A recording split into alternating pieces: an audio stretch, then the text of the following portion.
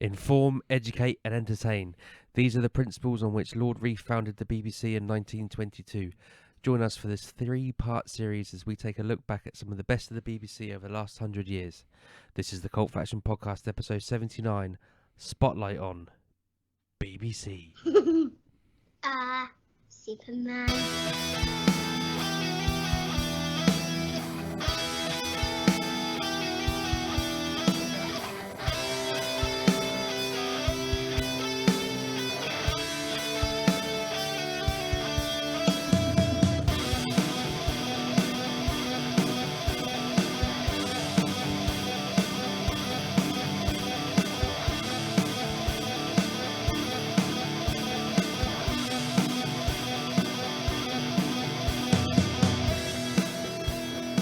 Hello and welcome to the Cult Fashion Podcast, episode 79, part 1 of our Spotlight on the BBC. I'm your host this evening, and as ever, I am joined by Paul Hawkins and Brett Summers. So we're changing up a little bit this week. So instead of our usual Spotlight on movies, we're going to do a Spotlight on the BBC. Take a look at some of the best bits of the BBC over the past 100 years. 100? I can't imagine we're going to go back that far. Well, we shall see. Who knows? Luckily, a lot of it got destroyed. Yeah, this is a good point. It saved us a few hours. Yeah. But before we do that, we're going to do my favourite bit, which is listen to you two waffle on about nonsense for half an hour or so. So what's been going on in the Groove Down? Anything exciting? No, just a hard week at work. Really. Same. Educating young minds. Sounds so fulfilling. Sounds like the BBC. Just like the BBC, yes. So, okay, fair enough. Oh, I watched- definitely haven't watched anything. I watched Hellraiser, the new Hellraiser. And? Okay. 7 out of 10. It's good though, It's isn't it? good. So this is now a female Hellraiser. It is. Not that, Which kind of yeah. goes back to the books. In the book, it was a kind of female, it loses big marks for playing down the desire aspect of it and the sort of. Does it have the puzzle box? Yeah, oh yeah, Right, your I'm not favourite watching it boxes there. Oh yeah, Damon is terrified of the puzzle box. But it plays down the whole, like in the original and in the book, like old Uncle Frank is like driven by passion and desires and the next. Yeah, the next. Perversion of it Yeah, and yeah. what's next and trying to hit the next level now. And that's kind of all. Instead, you've got Matey, who was the baddie kind of goodie in Timeless. I forgot his name now. The Russian-y bloke with black hair. Oh yeah, I know. He's like that kind of character, and he just wants like desire, and it's just like, oh, they've got desires and passions or whatever, and it's like, but you don't really see any of them. There's nothing really perverted about it, Yeah. or not that Hellraiser's a perverted thing, but there was a BDSM kind of underscore with the outfits. Yeah, and that, absolutely. And that sort of, it's played down a bit, and it's, to me, it was good, but there was nothing you wouldn't have seen on like an American Horror Story or a show like that. Do you know what I mean? It's Yep. kind of, I think they went a little bit too, it was good, but they went a bit too safe. They needed to push the envelope a bit more because it's Hellraiser.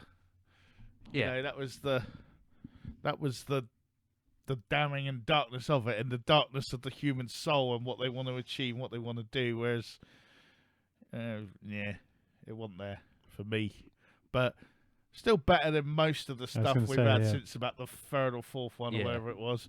But I got a feeling it'll end up being a TV series now because it felt like a pilot. Okay. Because it was Hulu. Hulu. Which would put it on Disney Plus in the UK. Yeah. It'd be interesting if they put that on there. We still haven't got it. They plan to. I know there's definitely. Yeah, I know. I thought it would have been done for Halloween. To be fair. They missed a big point there. Yeah. Oh well. Okay. So 7 out of 10 for That's 7 the out new of 10 Hellraiser. for effort, yeah. And that's a generous 7. Okay. So as I already said, I haven't watched anything this week. It's been another busy working week. Sarah's still ill, so I'm having fun. Nothing worthy of Cult Faction. No. No, so you're in the my same. house, Yeah, yeah. so say, the usual. TV shows. Yeah. Yeah. Oh no, I did finish Bloodlands. Oh yeah. So Which- I have done. Yeah. Kind of- Bloodlands It was the James Nesbitt. He's a detective in Northern Ireland. Is he Goliath? Is he not Goliath? Do you know what? I couldn't remember the first season, to be fair. You didn't need to. But it's like, why you're not? What, are you supposed to be rooting for him? Are you not supposed to be rooting for him? Because Yeah. he's an It was arsehole. a bit weird. And yeah, so you know, Yeah. without The trying to thing- give the any thing that- spoilers away, it's Yeah. all a bit flat and depressing. The only thing that annoyed me more was they've really set it up for season 3. Yeah, could do without that. Anyway, so that's that. Right, I guess in that case we just get straight onto the spotlight, shall we? Let's do this do thing. it. Any objections to that? No, Okay, there's a lot here. cue the jingle. スポットライト Inform, educate, and entertain. These are the principles on which Lord Reith founded the BBC in 1922. The debate of an enforced, publicly funded broadcaster rages on 100 years later. But from sitcoms to hard-hitting drama, sci-fi to kids' TV, and everything in between, there's no denying that some of the best TV has been produced by the BBC. It's safe to say we are well past the golden age of BBC television, with streaming services such as Netflix and Amazon, along with YouTube and TikTok, rapidly becoming the default for younger viewers. As the BBC reaches its 100th birthday, it faces a battle for its ongoing existence. So what better time to take a look at its best bits? So where do we begin? Brett, you said you've got something you really want to mention. One of the It's gotta be Blake Seven or BBC's something, greatest achievements in any programme. At the time, it cost £1 million to Oh, you're make such a knob. back in 1984. Jeez. That's what I was going to do first. Well, we agreed then. Idiot. Told you we should have planned this episode. Yeah. Well, we can talk about the same one, and it was the television classic, The Box of Delights. Brilliant. You can talk about it if you want. No, it was brilliant. I was saying it was It brilliant. sounded really brilliant. It's It was stolen my thunder. It was an adaptation of John Masell's 1935 children's novel, and it starred Devon Stanfield, Robert Stevens, and probably my favourite Doctor Who, Patrick Troughton, in a role not too dissimilar as a sort of travelling hobo kind of guy. 1984, it was like the Christmas build-up, and it's been kind of tied to It absolutely was a Christmas Christmas build-up because, you know, ever since. Yeah. at the same time you'd have like Blue Peter that would still be doing its like Christmas candles or Christmas procession and all that kind of stuff going on. And I remember it, you know, it was at exactly the same time, and then you'd have Box of Delights every week. It was fantastic. I mean, it's available now on BritBox if people do want to watch it. For BritBox? Okay, well, I'm just I saying have to pay for that. if people want to watch it, I've or you already paid for my TV license. or you can buy it. But it followed a young Kay Harker, played by Devon Stanfield, who was returning from boarding school for Christmas in 1934, and he finds himself mixed up in a battle to possess a magic box. And the current owner of the box is an old Punch and Judy man called Cole Hawlins, played by Patrick Troughton, whom Kay meets at a railway station. They develop an instant rapport, which leads Cole to confide that he is being chased by a musician called Abner Brown, played by Robert Stevens, and his gang, which includes Kay's former governess. And Cole ends up entrusting young Kay with the box, and he can shrink, shapeshift, time travel, walk into paintings. It was amazing, and it was real, and there was a phoenix and everything. And when I watched it back recently on BritBox, there were like these rats that they had to sort of get past, and one of them was played by about an 18-year-old Nick Berry. Cool. So, you know. Does it still stack up? Is it still good? Yeah, I mean, take it with a pinch of salt effects-wise. Yeah, Obviously, it time was has in moved on, 1984. but it's still... I don't know if because this was so good and amazing and that you can still go back and watch it. I think it's got that classic... like Mary Poppins feel, although they did try and remake Mary Poppins, or they made a sequel. But you know, like I think that's why it's remained untouched. It's got that kind of old school still. Yeah, it's a bit dated, but it's quite precious. Does that make sense? You know, Yeah. like those sort of programs. Be even better if sometimes, the BBC actually showed it, as you know, opposed to Chitty putting Chitty it on Bang BritBox. Bang. Yeah, you know, like a Chitty Chitty Bang Bang. It's kind of no one's ever tried to It's remake it. it would be It's- sacrilege yeah, to It's read got it. yeah, and so that probably means there'll be one out this Christmas now. So Yeah. starring like I don't know. Oh, Denzel Disney Washington do or a something. musical version, right? Yeah, but it was a great show. The Wolves Are Running.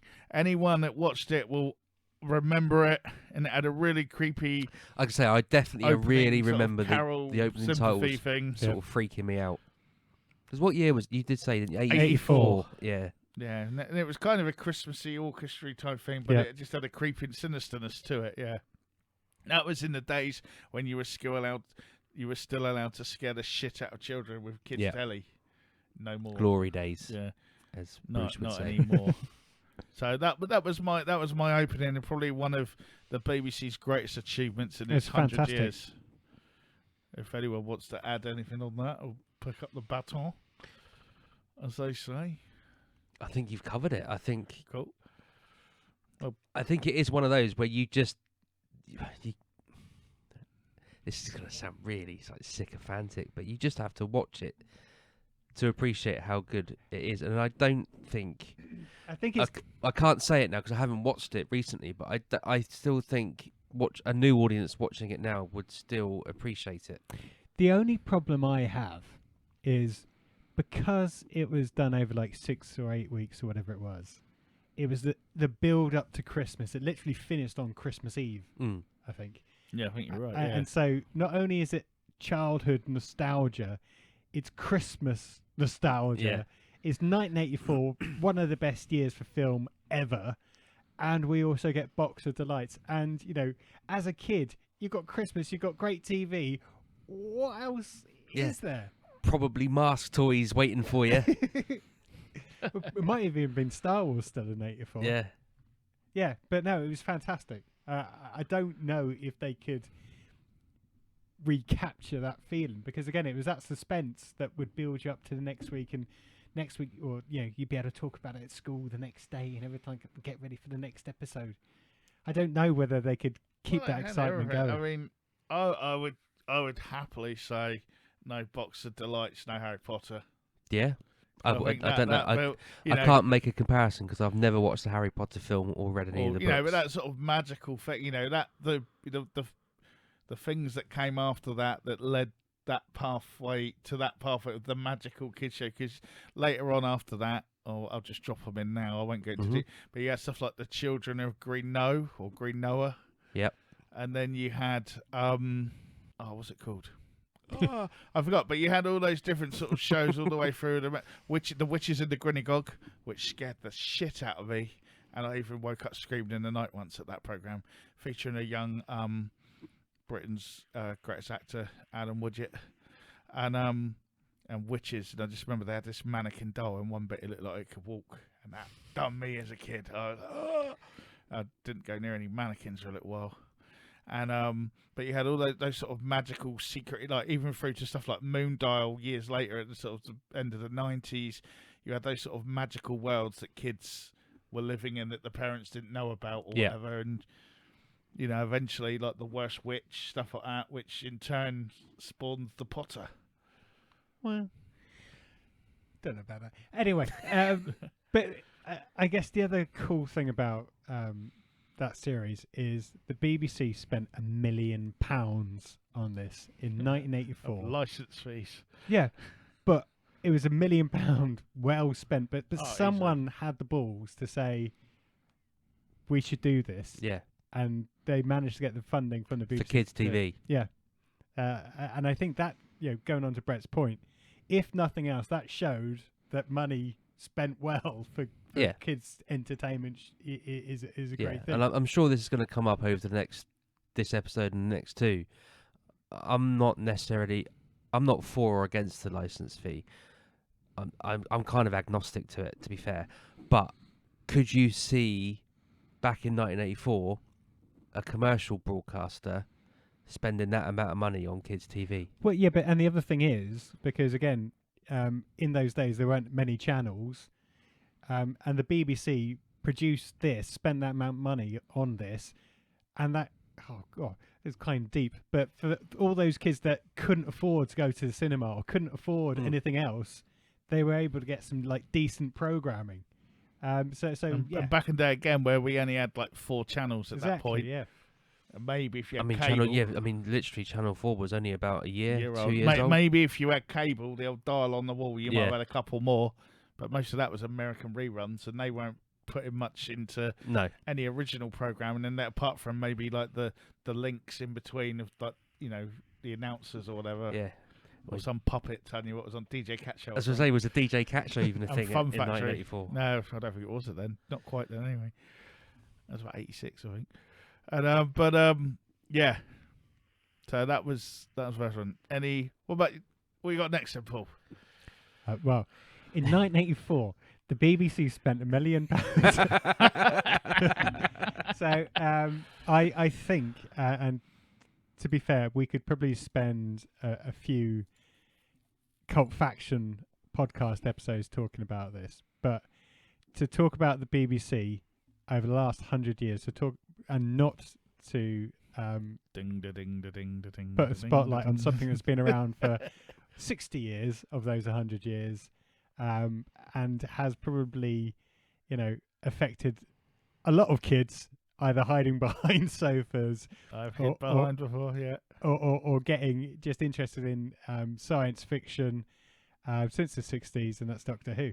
And we bring up Doctor Who pretty much every other podcast episode because it's still going. And don't get me wrong, I don't know, that phrase annoys me though, that it's still going. Yes, it's back on our screens since whatever it was, 2003. I know you want it weekly and it's not. I know that. Not just that. I mean, what it finished with? What's his name? 89 in 89. Yep. Then we had that TV pilot we don't movie talk about American that. thing, which we don't talk about. And then it wasn't again until another 20 years later. But still the Ish. concept. Yeah, And but it's been brought back. And, but what I mean is it's not dead. No, I get that, but it's not been continuously running, and it's just I know it's not a soap semantics, but opera, it annoys Damien. me. It just annoys me. When Okay. It's had a stop-start, on and off relationship with the BBC, but they brought it back again over the last few years to some success. And now, if you're in America now, you're going to get it on Disney Plus. Oh, really? Yeah, in America now, it's gone to Disney Plus. Does that we've mean- still got it on the BBC. So presumably that means They're going to get any available all the episode new is a series. Yeah, so new yeah. series. But does that mean they're going to do like a BritBox and put the Back catalogue. back catalogue Maybe in on? America. In Yeah. England, I the know original series are all on BritBox. It's on BritBox anyway, so it doesn't matter. But But yeah, carry on, Paul. subscribe, man, subscribe. Oh, maybe I did Shudder for BritBox. I don't know. Yeah, it was just, as I said, we have talked about it a lot.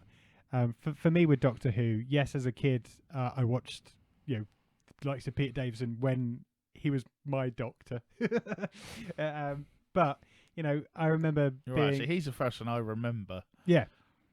But I remember being like a teenager, maybe early 20s, when it would be on something like UK Gold or whatever it was at the time on Sky, Sunday morning, just going through all of them, and it was brilliant. And yes, some episodes were a bit ropey, so A lot of episodes of Hero. but still, in 1963 when it first came out, this was groundbreaking TV technology. And yes, states might have had Star Trek and all that kind of good stuff, but we had Doctor Who. We had a guy that could And Star Trek that lasted 3 seasons. exactly yeah take that.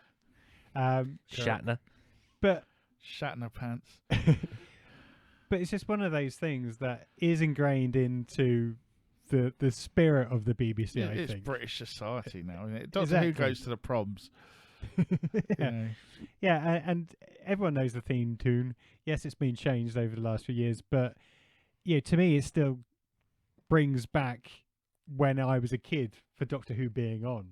And we're going to talk about some other shows, and as we go through the BBC over the last 100 years, when it was either a Sunday night feeling or it was oh my God, I've got to go out and pick up Mum because this TV show's on.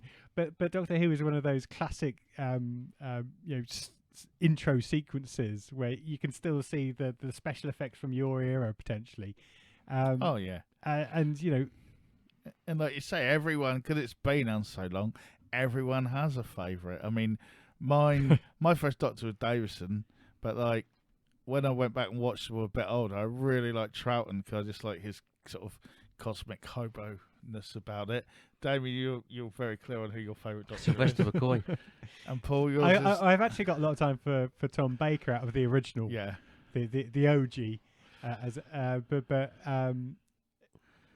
I do appreciate some of the latter members of the Doctor Who clan. But what a cool thing as well. The whole idea that he can regenerate into another lead role. It just It's just a clever idea, wasn't it, to keep it going? I bet James Bond wish they thought of that. So Doctor Who. And as I said, we could talk for many podcasts about all the different Doctors and some of the highlight episodes from all the different series. But That's fine. You can do that. I'll set you up recording and I'll Exactly. come back. But that's not Hours later. That's not what these episodes are about. It's recognising the fact that the BBC, yes, it does cost a few quid to make to pay for every year. It didn't in those days. But every now and again, it's got a gem that's probably worthwhile. Okay, so I'm gonna come up a little bit more up to date than that. Well, actually, only by about 4 years from Brett's original, and that's Red Dwarf. Yeah. I think keeping the sci-fi thing going for a little bit longer. I mean, it's a classic sitcom setup. It's nothing. The actual premise is original, but the old sitcom rules are there. Old couple stuck in a place together. Steptoe and son, almost only fools and horses. All the same sort of setup. The tropes. Sort of Yeah, thing, all the isn't it? tropes are there. Just happens to be, the last man alive and his hologram buddy And a cat. and a cat. And then later. And a later on, robot. Crichton, why was I was genuinely about to say the werewolf. Got no idea why. You remember it a lot more differently than I do. Yeah. But no, Red Dwarf classic. I would say with Red Dwarf, I think their third series is probably one of the best series of any series ever because it was just consistent. It was amazing. It's the one that starts with backwards, then you get the marooned, the polymorph. I forget the others now. See, But it was just that was like when it was like blazing full. You're right. That's when on it full peaked. fire, yeah. And it was you just know, like. And even the though I'm a later big ones fan, and that have still got some it's stuff. been on a downward trajectory since then. To be fair, but see, I don't know. I remember that series, and I kind of got not annoyed with it, but I really enjoyed the first couple of series because the first two series are outstanding. yeah, and then it was almost like, well, we need to do something a bit different. We need to take him off because I love the whole thing about Red Dwarf. It being on Red Dwarf. Oh no, it was still on the and ship when it was situation comedy, they just, as you say, Yeah. happened to be on a spaceship. And yes, they'd have all the trials and tribulations of some that came about it. But I just loved the banter that they managed to write. It was fantastic. All the smeghead comments, all the in jokes, all the snipes, the bickering. It was just brilliant. But yeah, season 3. Don't get me wrong, it was great. But I also loved the atmosphere. Yeah, I think with season 3, you've got it's where those two worlds collide, if you like. The early stuff is still in there, but that's when it starts leaping into like Star Trek Next Generation and all that sort of poking fun at that stuff. Yeah. And that's why I think after that series, that third series, it has been on a downward because it from that point on tried to get more sci-fi in there than it did comedy. Like Then- lost it. Comedy still, overbalanced. but like, yeah, they sort of overcompensated and got. I think one of my favourites as well. I can't remember what scene it was the Wax World one where it's like that's season 3 as well. Was that season 3? I think so. Yeah, I'm sure. I it thought is. it was after that. Okay, I don't remember having that. No, one on my because it videotape. almost resets at the end of season 2 or the beginning of season 3, where because obviously season 3 is where the new Crichton is introduced. Because the old Crichton is they couldn't get him back, so they went for Robert Llewellyn, and that's the one. Yeah, it's definitely season 3 with the waxwork. I'm sure it is. I thought it might be 4. Because the budget goes up into 4. I just remember having 3 was the only one I ever kept on video, and I don't remember that one unless I missed it that week. You recorded, yeah. Well, funnily enough, the waxwork one is that I missed first time round. Yeah. And I'm sure it's that season 3. Oh, maybe it was, but I I don't like even that have it in one. front of me now. So And I then can't look. and the one with JFK when they saved JFK Yeah, from so being that's assassinated. about season 5 by that And then point. they end up having to then go back and JFK ends up, they take him back in time to shoot himself because of how bad his life gets. Yeah. And which I thought was a nice ending. And Back into the left. yeah. But yeah, it's just still, and even the more recent, I know it's switched to Dave now, but the more recent one was, which is probably a few years ago now. I remember during lockdown, I caught up on them all because I'd missed the last few since it had not been on the BBC, and it was. I mean, there were hits, there were misses. Okay, but I like, do. You were right. It's season 4. Meltdown is season 4. I do apologise. But that one, if you've not seen it, it's a big Civil War and Waxwork with just loads of famous, like look-alike people in a Civil War, like Marilyn Monroe, Laurel and Hardy, Hitler. I can't think Gandhi. Yeah. Well, you trying do to see remember. Gandhi, and it's yeah. And then Lister's in prison, and he sees Winnie the Pooh being hanged. You don't see that, obviously, but he's. Yeah, so there you go. That's what you're missing. If you've never seen Red Dwarf, get in there now. And it's also brilliant, especially when you go back and watch the earlier ones now, for just the amount of people in it who was probably bigger names than some of the people in the main cast now, like Nigel from EastEnders. And I wouldn't say Nigel's bigger than I know, Craig being Charles. sarcastic. Yeah, but but there are yeah, you people got, that have popped up. I'm trying What's to his think. name? Yeah, Oh, there's loads of them. Honest. yeah. There's lots of them. But there'll be people in there we probably even forgot have been in it, and Yeah. they're in it now. The guy that plays Father Brown and Yeah. was in the Fast Show, Fast Who Show. Suits You, Sir, etc. We want to be together. Yeah, yeah. No, there's not many people that are going to get that reference. 4. And yeah, Hopefully that wasn't a bottle of whiskey. It was just a bottle of lemonade hitting the floor. okay. Well, what year was that? So originally I had an 88. 88. Oh, well, I'm gonna rewind back to 2 years before that. It's January 1986. Bernard Ashley has signed a big deal for his new novel with the BBC, and the BBC have got that much faith in it, they have decided to use Kate Bush's new hit single, Running Up That Hill, Deal With God, as the theme tune. Many years before Stranger Things. It's Running Scared, and it stars... her name was Julia Milbank. We knew her more as Badger Girl from Look and Read. Yeah. But she was in that, and she was being chased by the local gang leader, Charlie Alkin, played by Christopher Ellison, who would later become Burnside on the bill. And basically, you had London gangsters trying to chase down a kid and kill her. They kill her granddad, Yeah. and they kill her. And this was a kid's show. I think that's ingrained in. I'm sure I'm not misremembering this. The granddad's, he's in a flat. They live in a tower block, don't they? Yeah, I think so. Yeah. Yeah. I can only remember the theme tune. I remember it coming on, and that would be about it. I don't actually remember any of the And storylines, the so- detective is James Cosmo.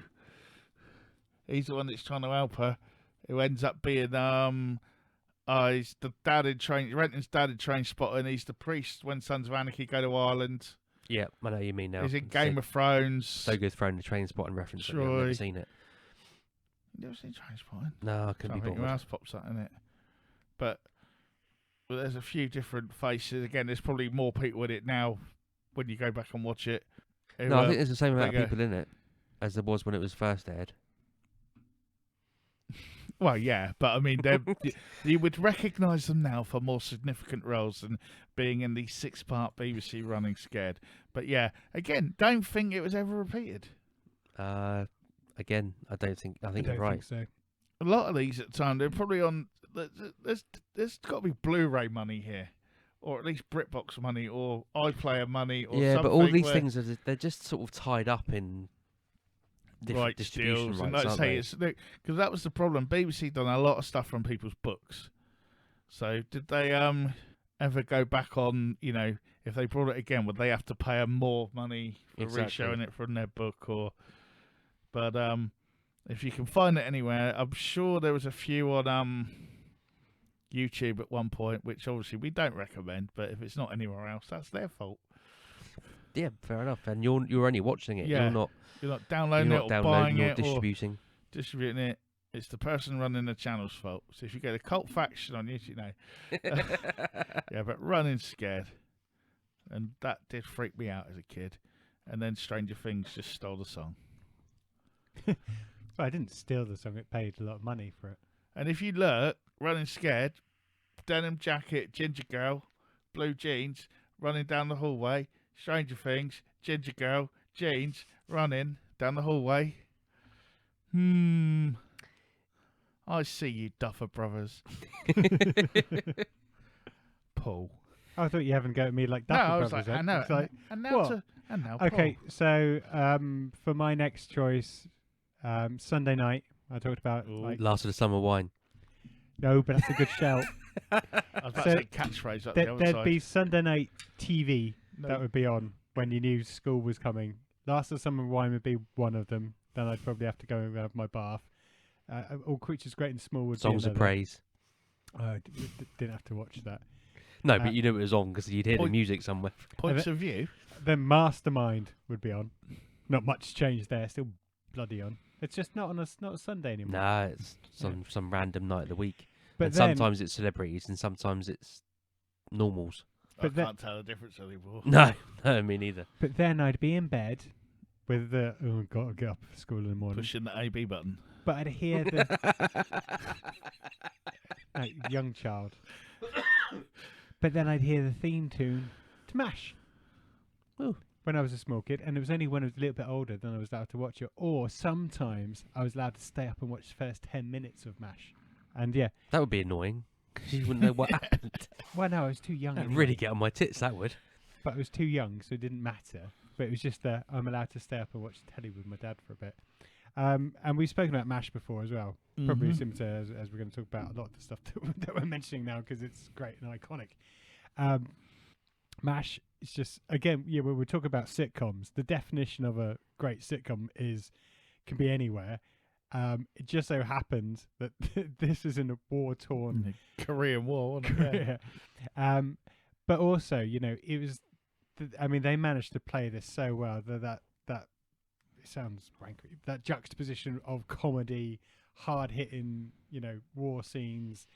People died. Yeah, You know, it people wasn't- dying.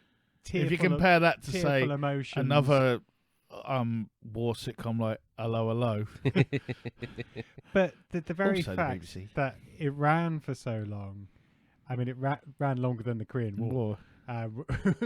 But you got to know these characters inside and out. You cared about them as well. By the time that actually, you know, it ended, it was all quite emotional. But such clever writing, and you know, from an original film, you know, to have such a longevity in a TV series. But it was just brilliant. It had everything that I don't like to use the term sitcom with MASH because that people kind of Well, no, I mean, now you would call it a dramedy. would you? I wouldn't, but I haven't people heard do. of that. Have Yeah. you- Oh, everyone's heard of that. No, I haven't. Genuinely. Yeah, but yeah, I yeah, maybe a dramedy. but you know, so many funny bits. Yeah.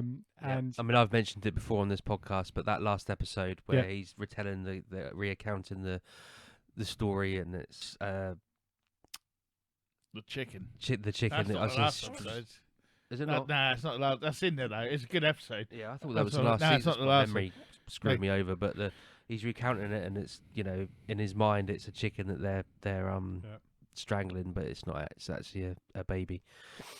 It kept making a noise.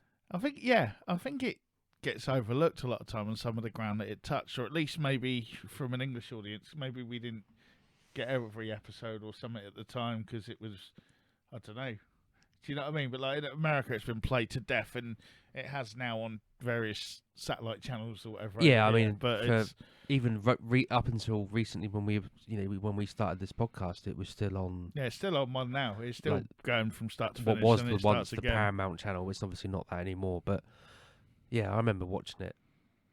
Funny enough, on a Tuesday night when we did the recording, I remember watching it, getting ready to do this. So yeah, it's still on. And yeah, so check it out if you've never seen it before, as well as the British version known as Allo Allo. But that was about the French War, and that went on for ages. The as French well. War.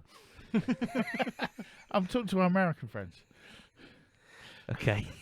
Well, the 1941 to 45 war. Around that one, nothing happened. Who's next? David. It's me, is it? Okay, I'm going to go off a complete tangent away from sitcoms, away from sci-fi, away from all of that. Ooh. Jules Holland and his various iterations of not the Hogmanay thing or whatever it's called, Hootenanny. Hootenanny, Yeah. but the No one wants that, Jeremy. the Friday night 90s Yeah. music show, whatever it was called. Friday Night with Jules Holland or whatever. Later with Jules Holland, that's the badger. Introduced us to bands we probably would never have noticed or heard of, Belly being one of them. Oh, I've got a bit of pain in the ass here. Go on. That was the Late Show. Well, whatever it was called. No, No, but that wasn't just Holland. no. I had a recording of It Belly. was the Late Show, no Nirvana. No. Maybe you saw it in Jules Holland. Yeah, Okay. Jules Holland introducing Belly. Oh, yeah, they were on that. But Yeah. They were on the Late Show before that. That's what I was thinking of. Well, 'Cause you that's said- not what no, I'm thinking of, is it? No, because you said Late Show, and I was thinking of the Late Show. No, I didn't and then say you Late said Show. Late Show, whatever it was called. I said you said later with Jules Holland. Oh, that was I what it agreed was, with yeah. you. Then I went on to talk about Yeah. Belly. Blue top, National Strap, yep. Whatever. I've seen it. Jesus He's got the Christ. T-shirt. He's seen it. I have got the two. But yes, no, yeah, you're right. He did do a lot of stuff, Jules, in those days. In the 90s. I remember Yeah. it. Yeah. One Belly on that. I think Belly were on that, yeah. But I The- thought the you were cool- on about. the I thought cool you were thing going about about that No Nirvana special was the one that brought a lot of those bands to everyone. I didn't even mention Nirvana. How the... No. Where is Nirvana come Okay, into this? okay, okay. You Right, know right, my cut, feelings cut. of Nirvana. Just cut. No. MTV Unplugged. No, What? The Late Show did a special called No Nirvana, and there was no Nirvana on it, and it was all that was when Rage Against the Machine were on it, Pearl Jam were on it, and all that. And that was Okay. like the first time. That's what Which I was is on about. not what I'm thinking about. No, but that was what I got confused with. That's what I'm saying. It was called. Yeah, but you're No there telling me Nirvana. I'm wrong. I'm not wrong. Okay, they played Jules Holland after that. It doesn't matter when they played it. I'm just giving you an example of a band that were on Jules Holland because it was almost must watch on a Friday night, or you would actually tape it and watch it on another day because Yeah. you'd be out getting pissed on a Friday night. But Down the Hobbit. yeah, exactly. The cool thing about that as well, if I'm allowed to speak Yeah. without Brett. Shut up. Yeah. Ah! No, you're wrong. They weren't. No. That was Top of the Pops, Paul. It was Top of the Pops. It Yeah, was you're quite exactly cool right. the fact that each band would do a couple of rounds, but then they'd have like a jam at the end. Yeah, It was just Yeah. quite cool. No, it was cool then, but then it became the Hootenanny.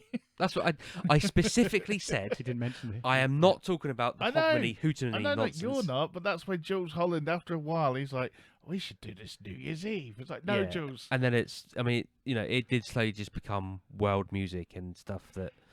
Although the only good thing when that first started kicking off was the fact that everyone would be drinking, and everyone Yeah. getting slightly more pissed as the episode as the Yeah, show that's true. went on. Alan Carr picked that up for Channel 4 and ran with that one for a couple of years. Getting drunk on New Year's Eve. But yeah, no, you're right. But I'd like to just chuck in the Late Show special No Nirvana that they did. Which also Chuck it in. But you're right, though, that was, you actually, again, and it was because of the license, whatever you think view of it, they had to show music programming and artist stuff, which they get round now by chucking it all on BBC 4. Yeah. And, you got cool stuff. There was cutting edge stuff. There were new bands that were out. There were things on there. You were watching it going, I've heard of them, never heard of them. That's good. And, that's part of the service the BBC actually did bring us. I mean, everyone at school the next day on that Nirvana one were like, "Do you ever see Rage Against the Machine?" They said, Yeah. And, you know, years later, they were Christmas #1. So, yeah, that is something, I wish we had a bit more of that, really, now, not just all chucked on BBC4. Yeah, but then, I mean, to be fair, though, bands don't really need to do it, do they? So, Well, I think it's... bands, in general, bands. You know, what's a band Yeah, nowadays? well, recording artists, Yeah, whatever you or want to call whatever. them. Yeah, that's what I'm saying. But They, like, they you know, just don't need to do it because you've got streaming, you've got Yeah. YouTube. I mean, you know, I was Yeah. watching something the other day. can anyone play live anymore? You know what I mean? Yeah, it's all about. I think it was on Channel 5. They were doing like the top 100 songs of 1988. They're going through the years. Yeah. And on every video they talked about, they made a point of saying, it's had X amount of hits on YouTube. That's their measure of, Yeah, well, yeah. that's it now. so They should see us. No, but there was a thing the other day. There's a metal band in America, and they cancelled the gig at some big venue because someone had stolen their laptops. There you go. That's where heavy metal music is now. Should have kept it on the cloud. Someone wrote that on. But yeah, they'd stolen their laptop, and everyone's like, yeah, but they're a metal band. And it's like, Yeah. but they can't go on without their laptops. what's wrong with a Marshall stack and an Yeah. Ibanez or a Well, most of Les the Paul, Marshall whatever. stacks are empty now, aren't they? We've seen Yeah, all those true. pictures. Yeah. That's where we are now. But I am going to take us back a bit further into the past Of now, course you are. because I still live there. We're going back to before I was even born. This is a show before I was even born, but then carried on over my lifetime and scarred me a little bit. News round. No. Ah. None of those BBC educational kids, right? Think of a number, can fuck off. Blue Peter can fuck off. Any of those ones, a wild show, always an animal, bit me thumb off, whatever it is, that can go. None of those tricky programs, where it was school. We want good kids programs that mess their heads up. And one of the I do best take ones issue. I enjoyed the Really Wild Show. it was all right. I didn't mind it. Nutkins is all right. Exactly. Why the animal bit him and not the other geezer, I don't know. But then, he's one of us because he's from round here, isn't he? So, went to my school. Oh, the one you teach at? Yeah, I was going to say, what? Packham. I went to Yeah. the same school as you. What are you talking about? We did go on a night out with him once, though. Yeah. It was well boring. But hey, times change. But yeah, this show was an ensemble cast, a bit like MASH, and they were in the business of renting out their services to anyone who needed it, and it was called Rentaghost, It's a classic. and it went on for like 9 series. Written and created by Bob Block. Some of those don't exist anymore or are around, or some do, and some have got rights issues because of characters and music and all that. And but the main one I remember was Michael Staniforth as Timothy Claypole, who was like the jester, Yep. the court jester one, and there were other Used to ones that hate came into it. And I always thought he was Freddie Mercury too. Yeah. there Me was too. that bit of it, and That's not why I hated him. I just thought he was scary. I like Freddie Mercury. Christopher Biggins was on it as well. Sue Nichols, who's now Coronation Coronation Street. Street, Miss Popoff, Kenneth Connor from Hello Hello and other stuff. Oh, there were loads of people that popped up on it over the years. But yeah, it was just freaky. There was a Dobbin the pantomime horse. There was lots of weird. I think half of it was weird for weird's sake. I know some of it's on BritBox at the moment, but I've never brought myself to go back and watch it because it was just a bit too. I've watched a few clips on YouTube It every was now and just a little again. bit too surreal for a young mind like mine. I think that's the kind of point of it, was just a load of randomness thrown together. Yeah, I always got the impression on the bits I've seen of being older is that they were smacked off their tits on drugs and just going for it, and we just sat and watched it and wondered what the hell was going on. Possibly, but then I hate that cliche of Smacked off their tits smack- on drugs. yeah, all kids programs from the 70s and 60s. Oh no, I'm because- not saying all of them. I think that one was. I watched a jester chasing a pantomime horse around a car park for like half an Yeah, hour. I just think, but to put these things in context, it was just a time of trying everything because nothing had been done before. So let's give this a try and see what sticks. And it was kids' TV at that time was a bit manic anyway. The days of Tiz Was and all that kind of stuff, and that was a Saturday morning Yeah. TV show. They weren't coked up at all, were they? No, that one you can attribute to illicit substances. But what did make me laugh though, because they're trying to do a movie of Rentaghost at the moment, and Who? Ben Stiller has signed. Ben Stiller kind of got the rights if it wants to be a movie. He's developing, but apparently, in 1989 they tried to do a series in Australia, and the producers spent ages trying to contact Michael Staniforth about reprising the role of Claypole before they realised that he died 2 years before that. Yeah. So before the internet, ladies and gentlemen. But yeah, it wasn't my favourite, but there's definitely memories of being freaked out as a young child. By Yeah, I remember Rentaghost. watching it. For me, it was a Saturday morning. You get up.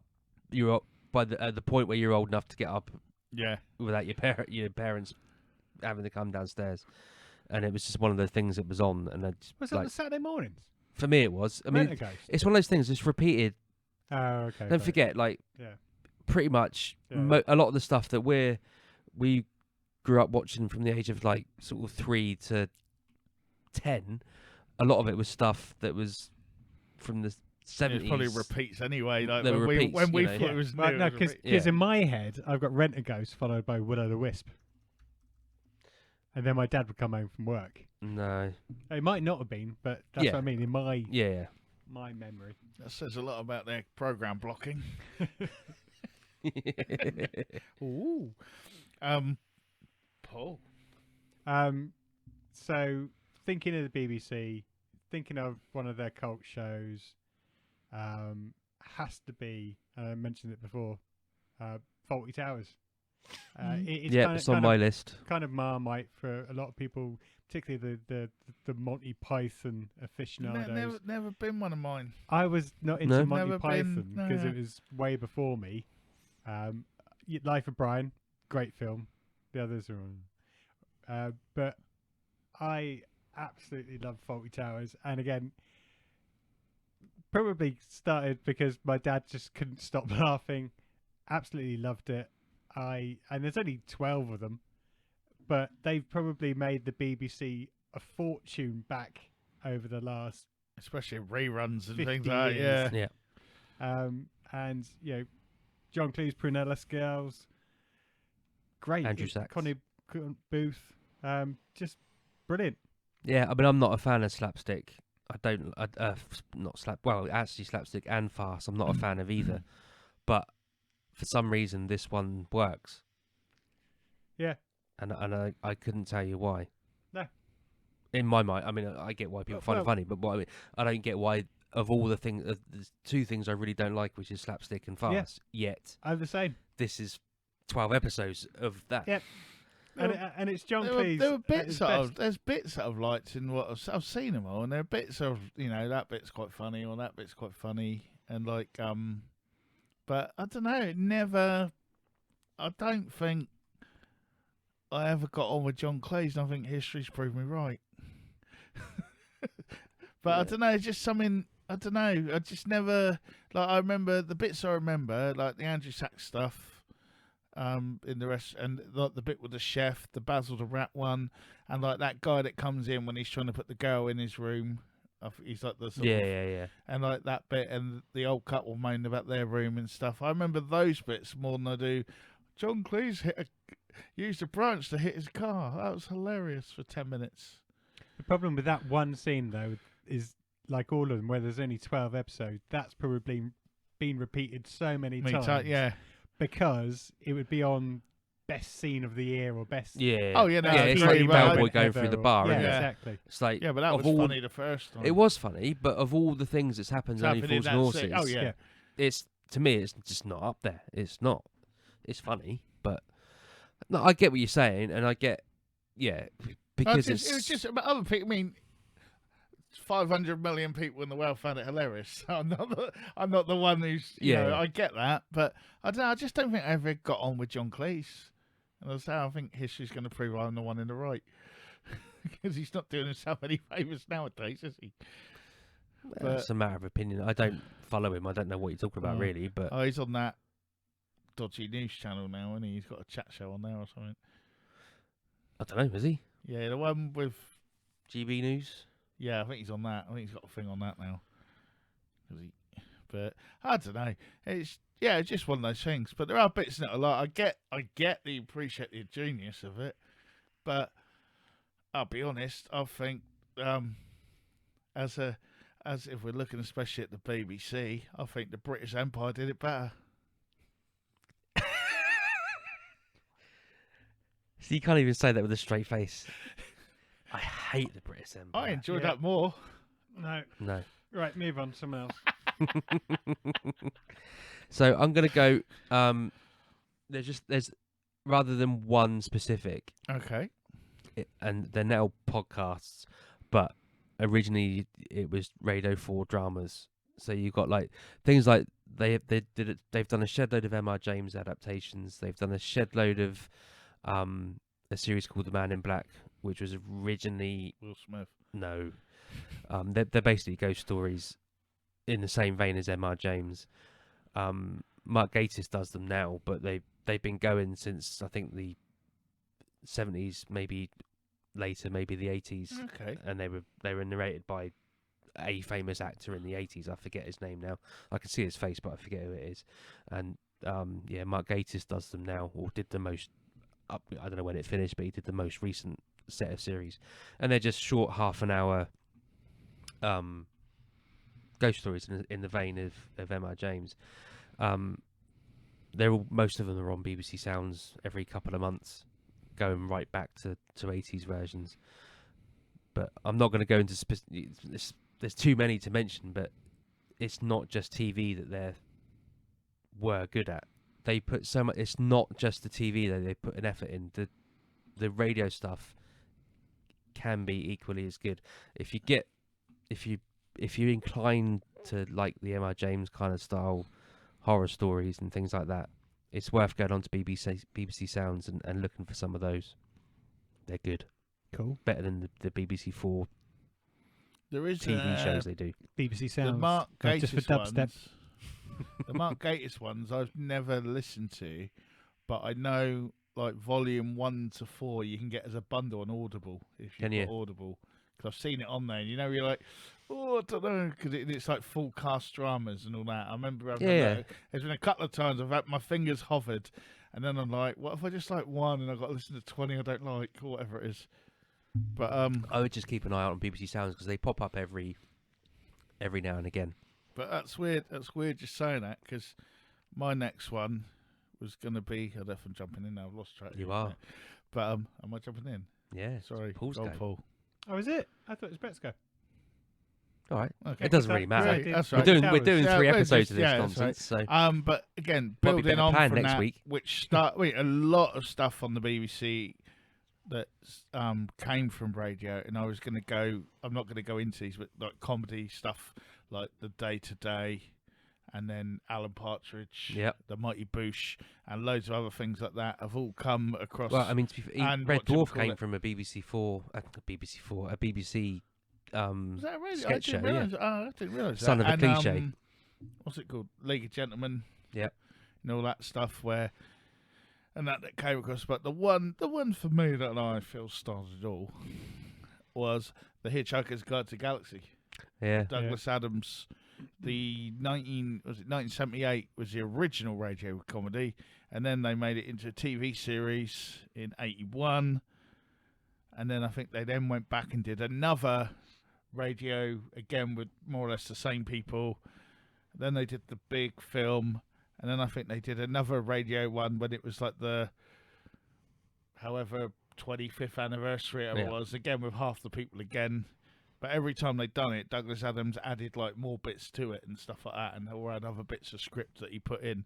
So every time everyone's gone, no, it's not quite the same as the original one. It's because Douglas Adams put bits in. He did the same with the film. When he was, he died before I think the film was finished, but he'd added bits in Yeah. before that already and said, oh, put this in and all that. And it is just one of those things that's just grown. And Douglas Adams as well. I mean, he's a guy that wrote stuff for Doctor Who and other things, and he wrote that, and it became like a phenomenon on its own. And then Dirk Gently spun out of that as well, like his other character. Yeah. he created, which had a really good series on the BBC as well with Stephen Mannion.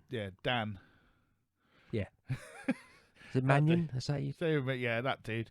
And then I know they did one. Yeah, on I've not Netflix. watched that. I started watching it, but I never went back. It wasn't rubbish, but it wasn't the same. Yeah. It needs to be Stephen Dan Mannion or whatever his name is.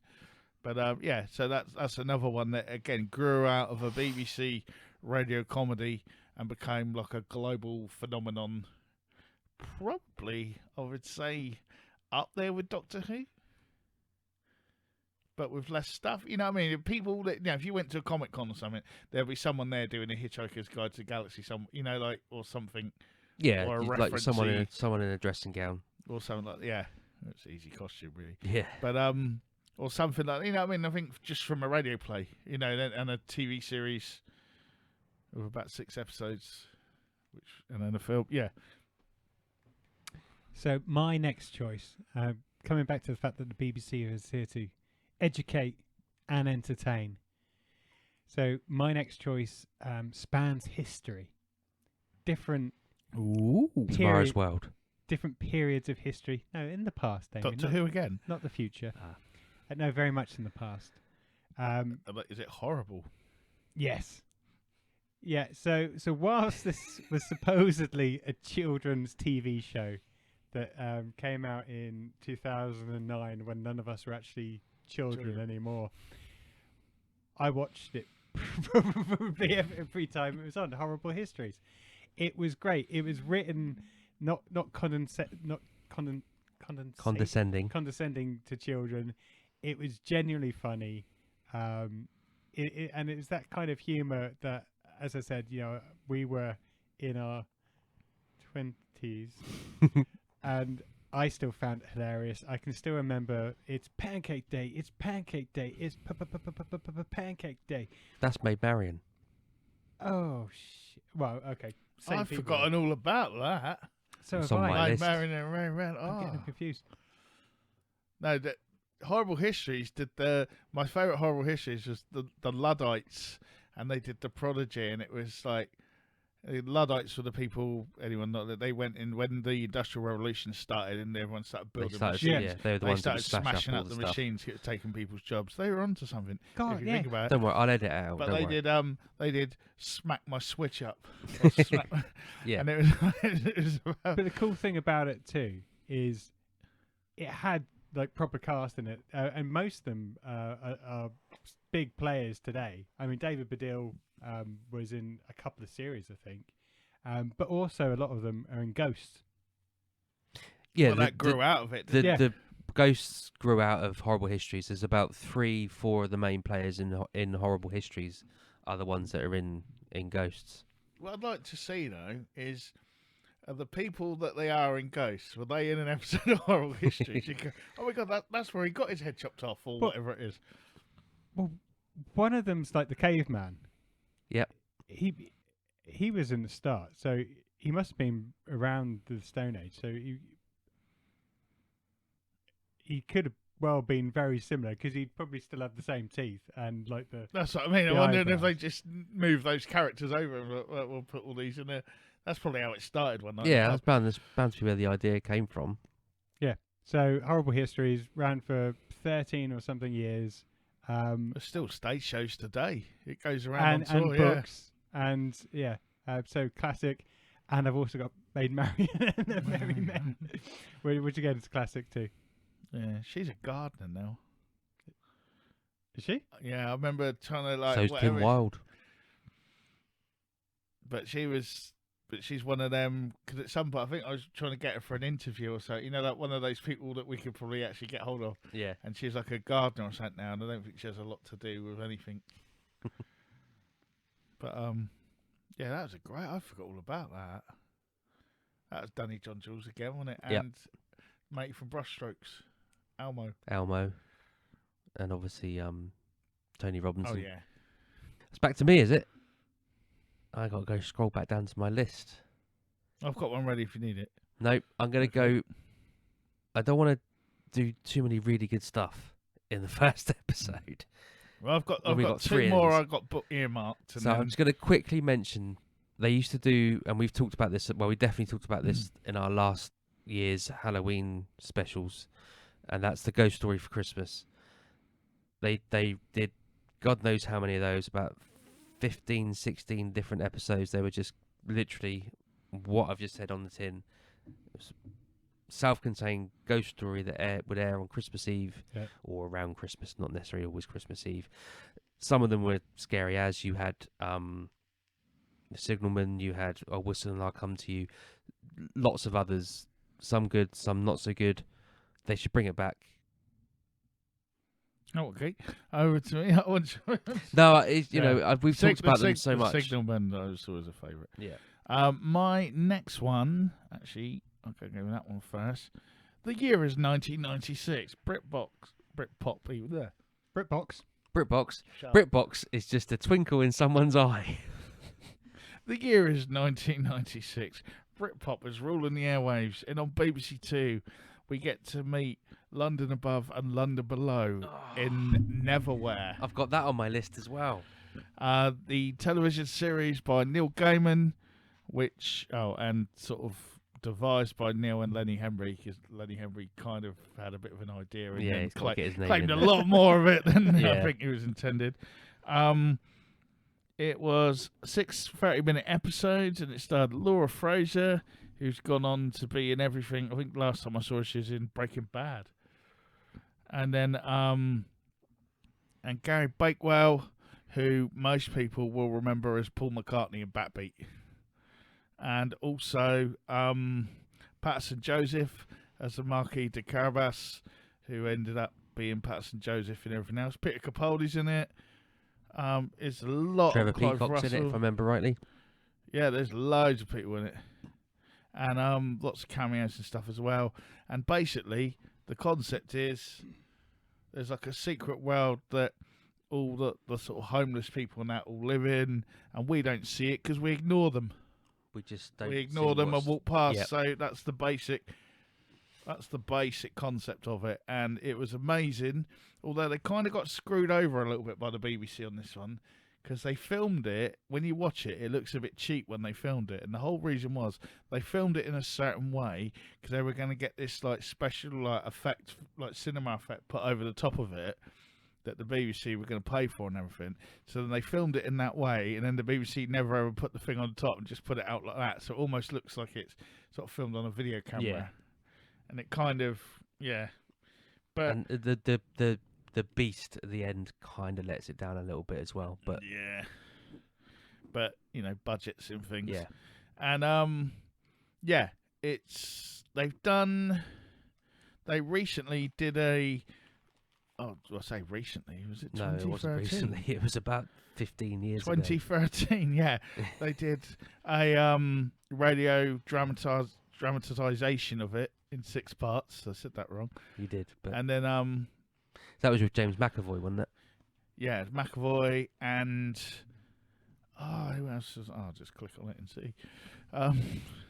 Natalie Dormer, James McAvoy, David Harwood, Benedict Cumberbatch, Anthony Head, Bernard Cribbins, Sir Christopher Lee, Neil Gaiman, Andrew Sachs. But loads of people. So if they were in a TV suit, Sophie Okonedo. I thought you weren't going to mention these. No, she's one of the main ones that I missed out because I didn't know who she was, but I thought I'd better do because, Johnny Vegas. But yeah, it's something it's been around for ages. I'm sure at some point we're going to get a huge big budget film. I mean, there's a novel. I've got the novel. The novel, to be fair, is better than the TV show because obviously you get more out of it. So you could adapt that novel rather than adapt the TV show, and you'll have a very, very good. There was either a movie or... written apparently in 2009 and had been optioned by the Weinstein Company, but that project has since been abandoned. And there was a little sequel novel called How the Marquis Got His Coat Back, which is a short story written, which I have got and never read yet because I haven't done the other bit. Need to read the other bit. But really good series, real good fantasy.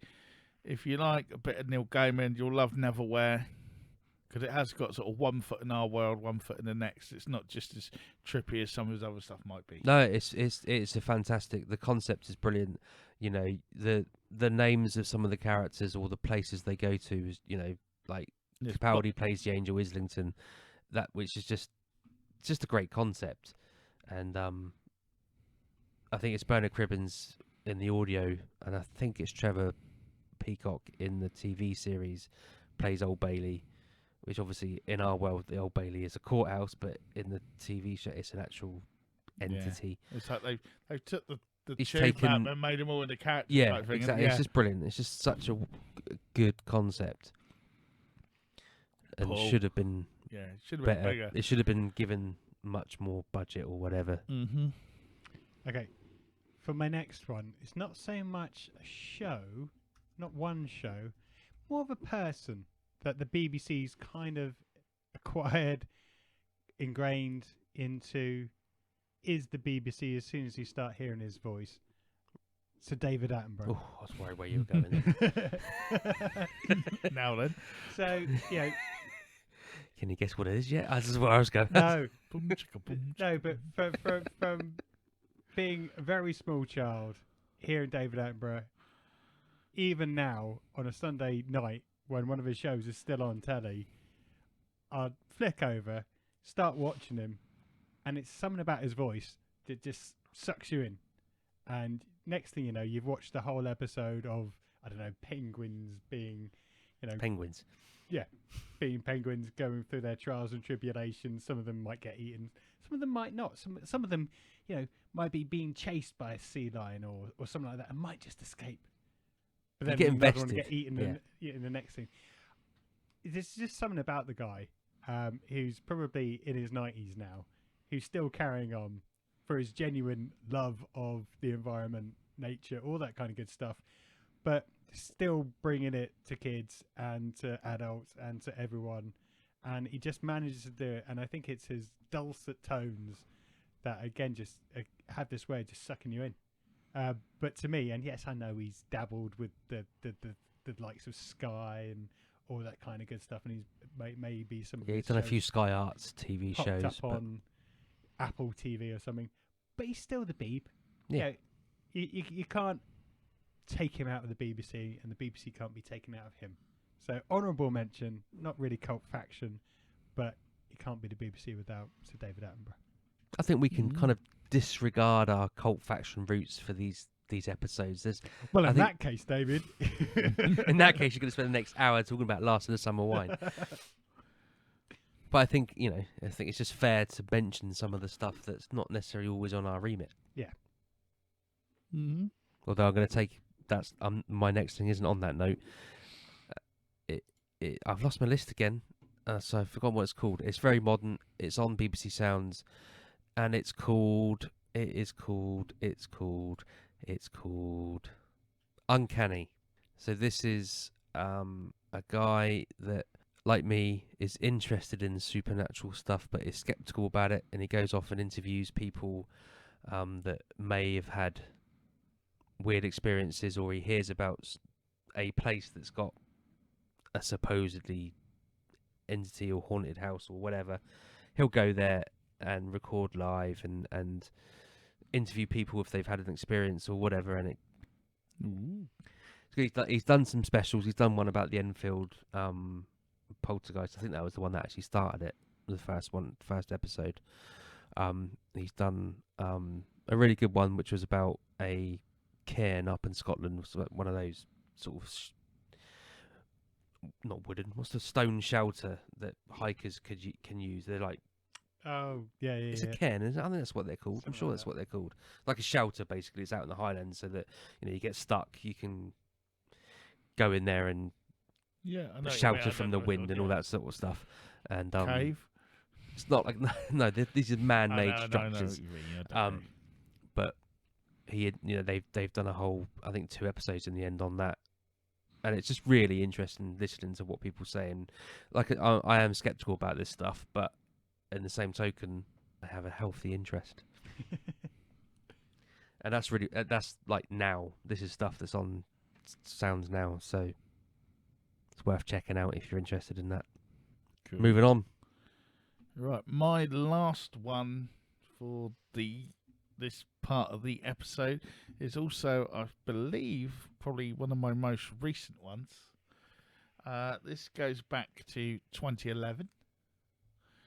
It was a... I know, that's one of the most recent ones. Yeah, I know. There's lots.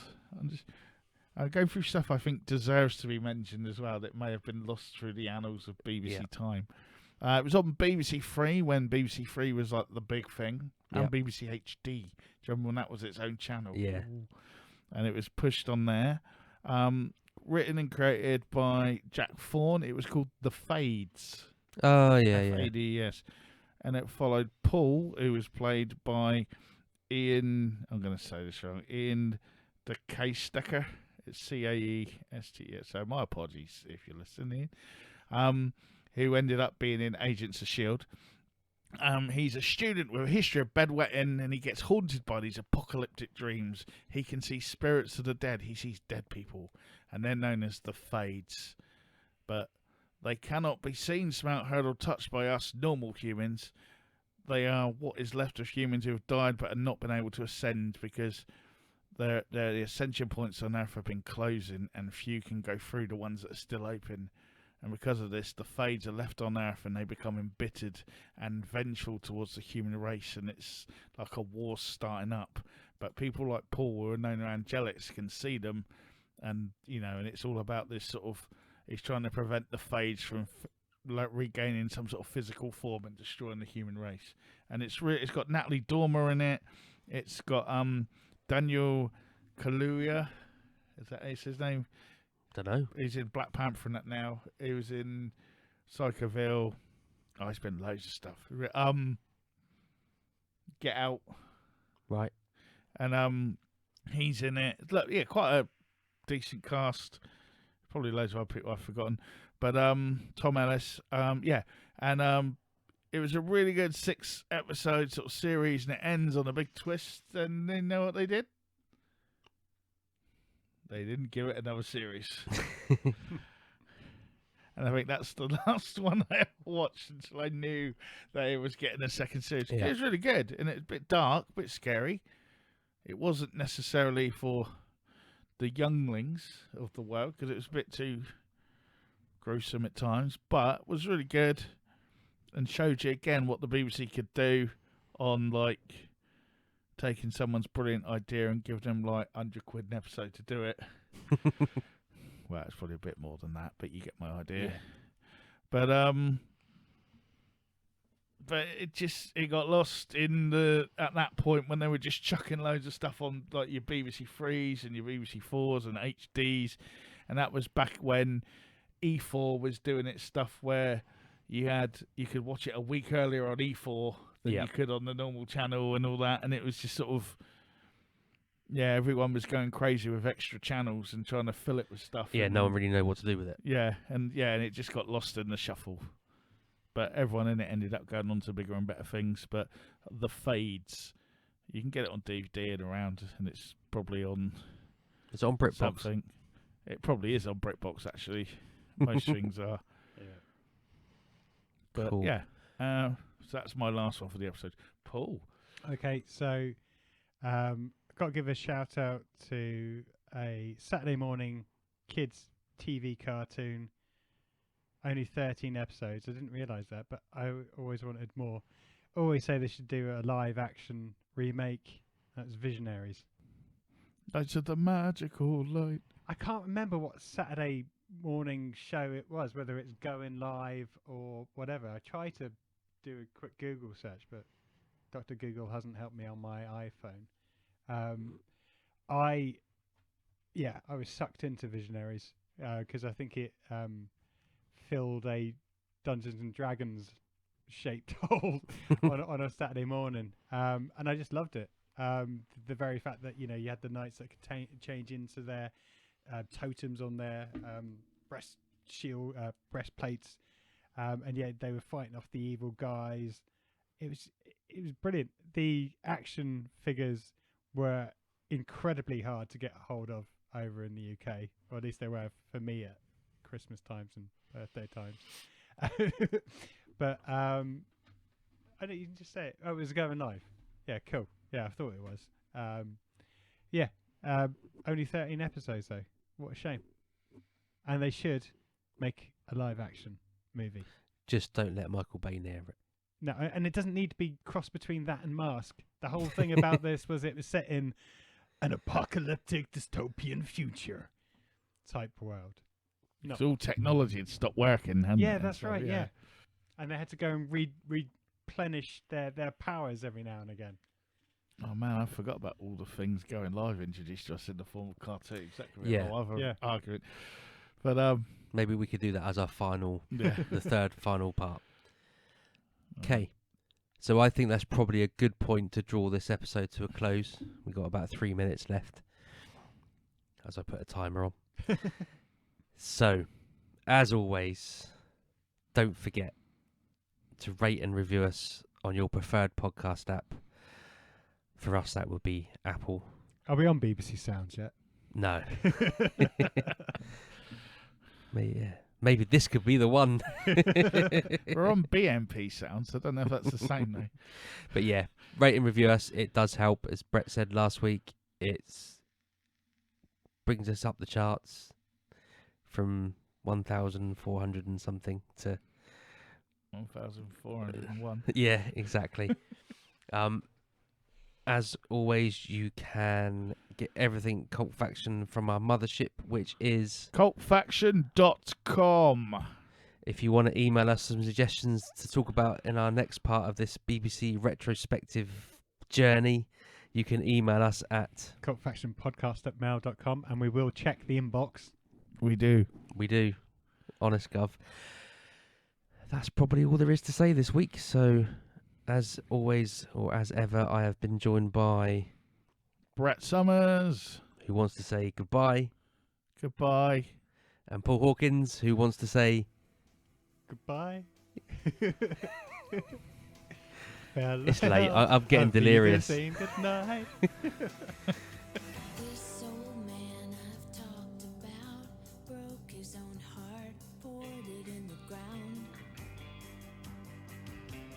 Big red tree grew up and out, throws up its leaves, spins round and round. Superman. Let's just quickly do. Quickly Yes. just talk into the mic because I've Yes, deleted we all the old stuff.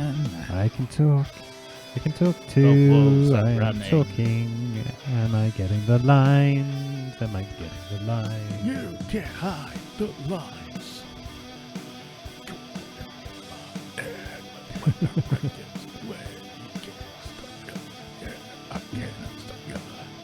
Sense of security. Midlife crisis. Ingenuity, like in a family tree. Your perfect girl's crow. But without me, only you. Only your brain's too way too hard. It ain't bleeding enough for two. That was the soundtrack.